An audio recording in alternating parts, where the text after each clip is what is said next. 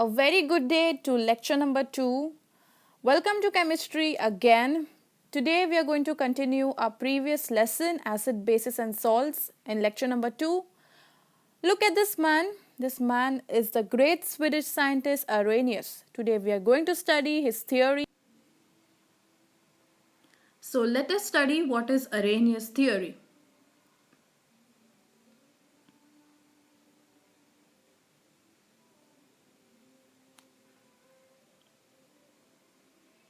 Arrhenius' theory was put forth, I'm repeating again, by Swedish scientist Arrhenius. It is the theory regarding acid and bases, and it was put in the year 1887.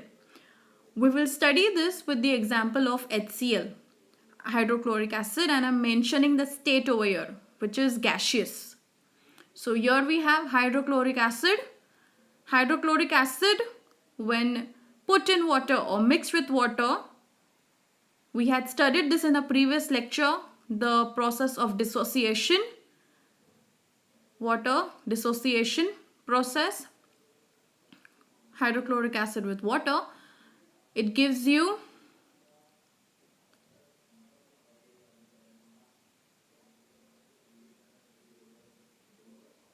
H plus ion and you get Cl minus ion.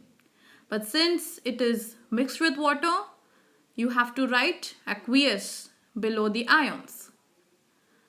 Aqueous means dissolve in water. If you need to revise this thing, please refer the previous lecture, lecture number 1. Now we'll take second example, H2SO4. H2SO4 means sulfuric acid, and I'm mentioning the state liquid. So sulfuric acid with water,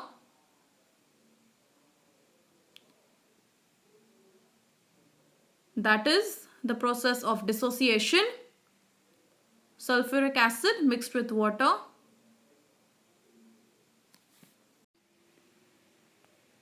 So we get over here H plus ion and we get HSO4 minus ion. But as these things are dissolved in water, you have to mention the state below the ions, that is aqueous. Now you see that there is some common things in the both reactions, that is H plus is common. You see H plus is common, right? So what Arrhenius theory states that the acid is a substance which on dissolving in water gives rise to H plus as cation.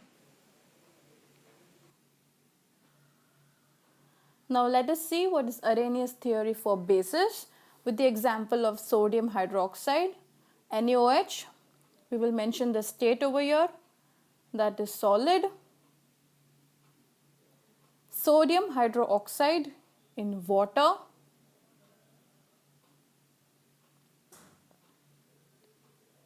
Means dissociation.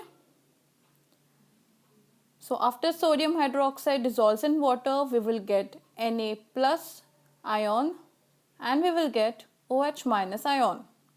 After this, we need to mention the state, that is AQ, aqueous. AQ, aqueous. Okay, now shift towards the example number 2. We will see example number 2, calcium hydroxide. Calcium hydroxide is in solid state, so we need to mention the state.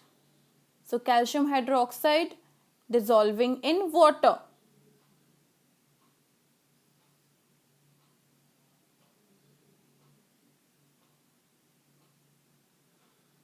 That is dissociation. Calcium hydroxide in water will give you calcium ion, that is Ca2 plus, and you will get hydroxide ions, that is 2OH minus. And we need to mention the state, that is dissolved in water, aqueous, AQ. After this, again you see that there are two things common in the both examples, that so OH minus ions are common. So a base is a substance which on dissolving in water gives rise to OH minus ion as the only anion. Now let us see the classification of acids and bases. So when HCl is put in water, it completely breaks or dissociates. Okay, you see the molecule of HCl. So the purple one is hydrogen ion and the red one is chlorine ion.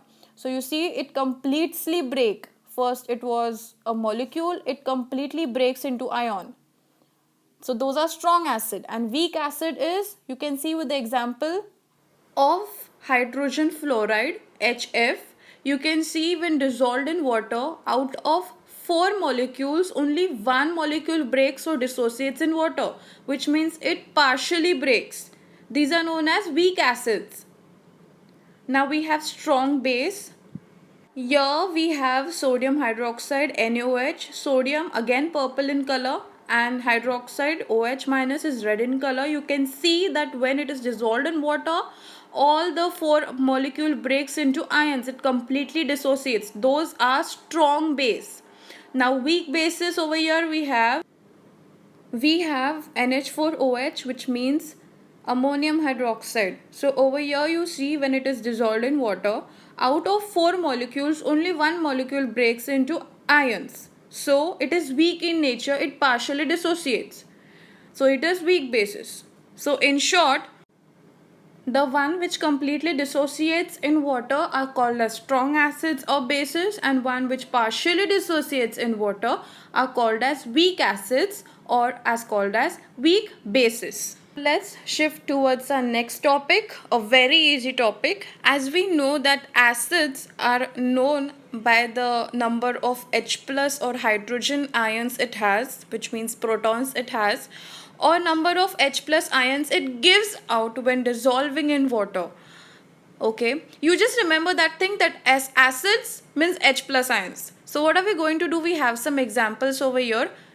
That is our favorite hydrochloric acid, HCl, HNO3, nitric acid.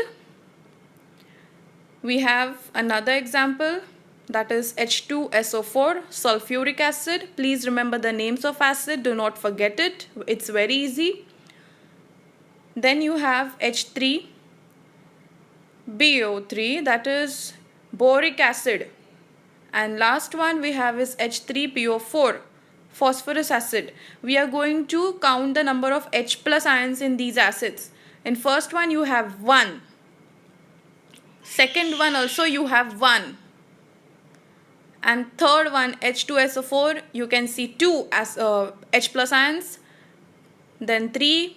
Then again you have 3. So what are we going to do? Please count it again. 3 examples. 1 over here in HCl, 2 in H2SO4, 3 in H3BO3. So 1 means mono. Remember this thing. 1 means mono. 2 means di. Yes, 2 means di. Di, di. And 3, as we know, is tri. So we are going to name these acids now. Okay. Mono, basic,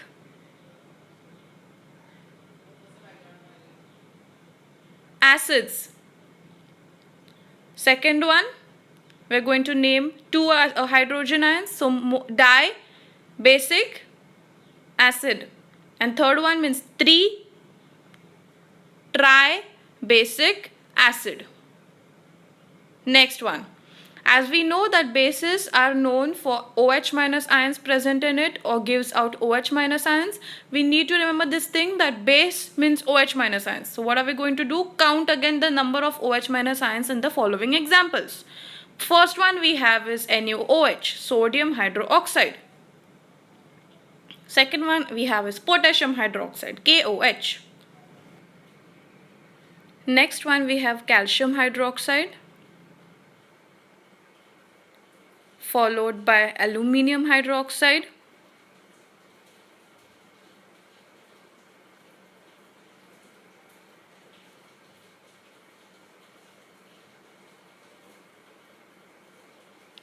then we have iron hydroxide. Let's start counting. NaOH has 1, KOH has 1 again, calcium hydroxide has 2, then 3 followed by 3. Okay, so let us start naming them now. In NaOH has 1, you have 2 again, and iron hydroxide has 3.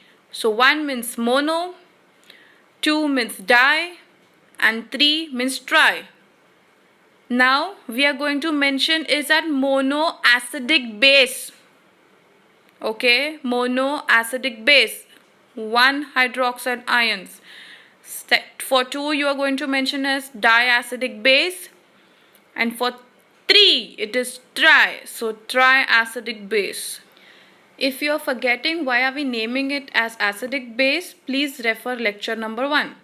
Now we are doing a short experiment over here. I am taking 2 glasses over here, A and B, and I am going to fill them each with 10 ml of lemon juice, lime juice, 10 ml in each glass.